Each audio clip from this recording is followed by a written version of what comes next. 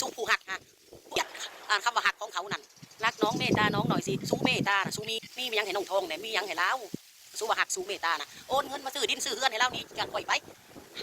โอนเงินมาเฮ็ดเฮือนซื้อดินให้เล่าแล้วก็ให้เราอยู่กับพ่อกับแม่เราซื้อให้หาพองบ่อีปอบคำเว้าของสูไปเลี้ยงนางทองผมว่ามันลูกมันเงาตูแม่อีเป็ดมึงเลี้ยงมึงก็เลี้ยงไปอีเป็ดสู้ผู้หักมึงอย่ามาแอบอ้างอีสันดานหักเรากับน้ามาซื้อดินซื้อเฮือนซื้อรถให้เรามีความสุขไปหาเฮ็ดเวียกเฮ็ดงานให้เราออกไปจากข่อยเรามีเฮือนอยู่เราออกไปคนพ่อคนแม่มึงมาซื้อให้มันทำไมถ้าหักอีนี่นะอันนี้มันโมเมนต์พวกที่หักนางทองเด้อพี่น้องเด้ออันนี้มันคือพวกที่ว่าอยากมาสร้างความปั่นป่วนพวกที่อีปอบมึงอีพวกต่างขอท่านอยากมาถล่มมึงอย่ามาเว้าเถอะอีปอบพวกใดมึงก็เว้าแม่เขาใส่นางทองมาเป็นมึงสิมาพวกหาแม่มึงหยังอยู่นี่เขาบ่รู้ดอกอีสันดานด่าข่อยพี่น้องด่านางบุญแล้วเว้าว่าข่อยนี่บ่ดีแนวนั้นบ่ดีแนวนี้ข่อยละเงิดเนาะเงินทันที่แตกมาทุบหัวมึงแม่เงินน่ะอยากอยู่นำข่อยมันก็ทุบหัวผัวมึงนั่นไปแล้วเราอยากนี้เรานี้ได้แล้วเราจับนี่นั่นข่อยก็บอกข่อยให้เราไปเฮ็ดเวียกอยู่นำเขาเลยเรายังบ่ไป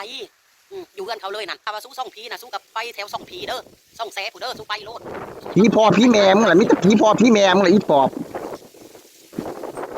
ค่อยเบิ่งคักแล้วแต่ละอีเมลน่ะพี่น้องเอ้ย FC ผู้เพิ่นฮักเฮานั่นบ่ได้เว้าหยังเพิ่นเข้าใจมึงให้มันถึกมึงบ่ถึกแล้วสิถึกกันเปี้ยเบิ่งคลิปเอา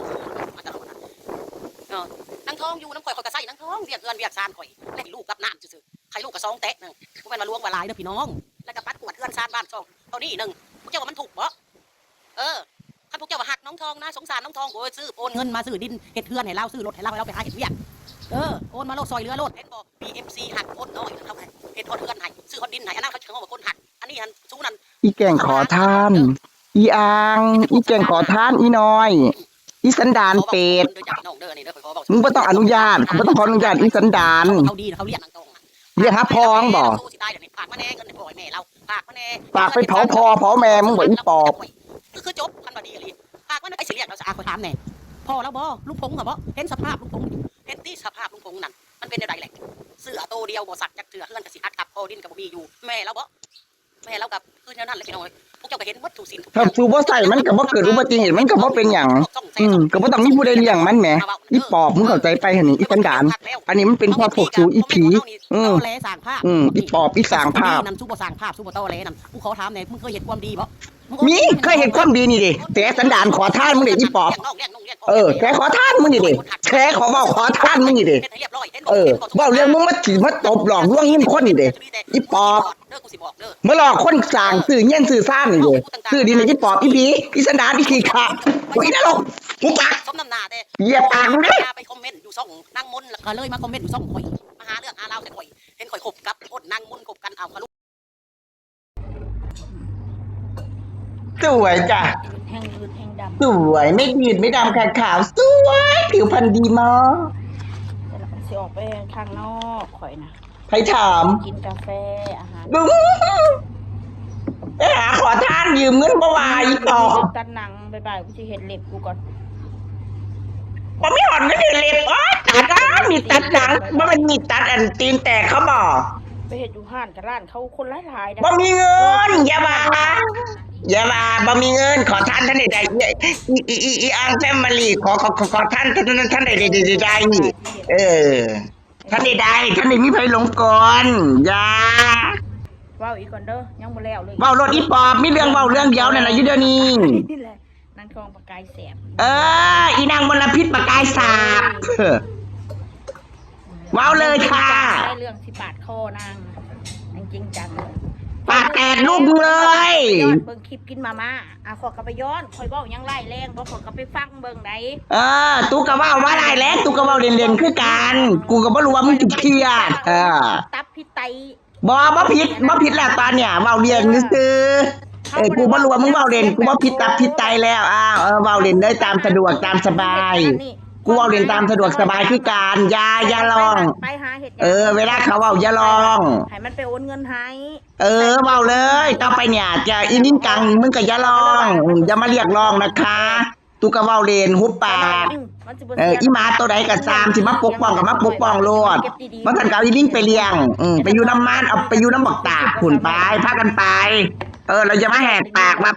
คนไปว่าให้ลูกเมืองจบ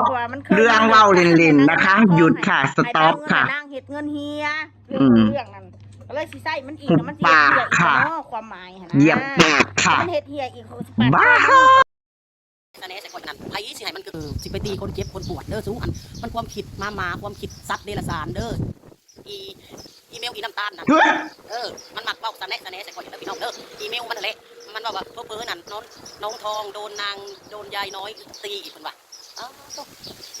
คอยบ่ได้พี่บ้าขนาดนั้นเราเจ็บอยู่คอยบ่ได้ตีบ่ได้เป็นหยังเราดอกมีแต่คอยบอกไปสอนเราซื่อๆบ่ได้ให้บ่ได้หยังคนเฮา มันต้องมีที่มาที่ไปที่ เกิดอุบัติเหตุนะพี่น้องนางทองเราเกิดอุบัติเหตุทุกปีย้อนไปเบิ่งรถในคลิปไว้นะ เป็นมึงยังยังเป็นมึงได้เลี้ยวบ่อีขอทาน เทื่อหนึง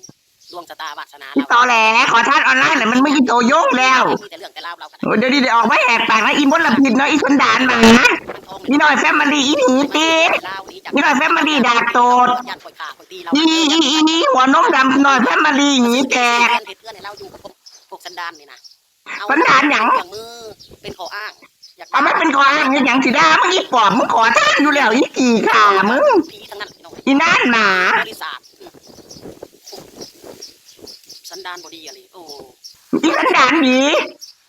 บ่ได้คือพวกมึงดอกเลิกกูสิบอก โอ้ยมึงขัดกับพวกกูมึงขัดกับคนอื่นอีสันดานอีเวน แต่ตอนเรายังน้อย อีหัวโจกขอทานยังเป็นบรรยายบาด เป็นมา มึงเป็นพาดหัวขอทานที่ยิน ขอแนะนำเด้อ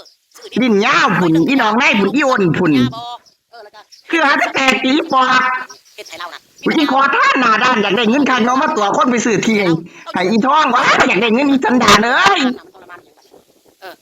ว่ากูข่มเหงล่ะมีแต่พวกกันอยากมาสั่งความปั่นป่วน พวกไหนมึงเอ้ยซื้อมามึงไม่อยากถือด้าอ้อมโลกนี่อีปอบมึงหยุ่มคอใส่กันกับอีมลพิษผีบ้านั่นน่ะเสียเส้นนั่นล่ะมุเป็ด แล้วแม่นว่าเขากลับมาด่า เฮ้ยมุแกล้งหลอกลวงออนไลน์มุ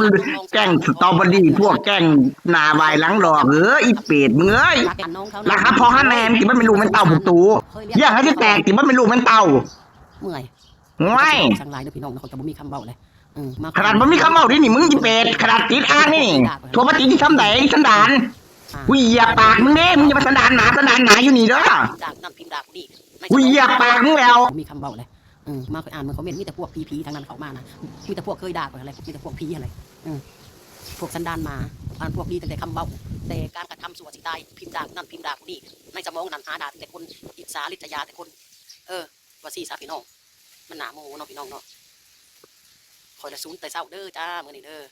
คำเบาจะพอคนเด้อจ้าเด้อพี่น้อง ทุนโลดทุกน็อตแตกทุกหัวค่อยผัวมึงน่ะอีเป็ด ผู้ที่บ่เข้าใจ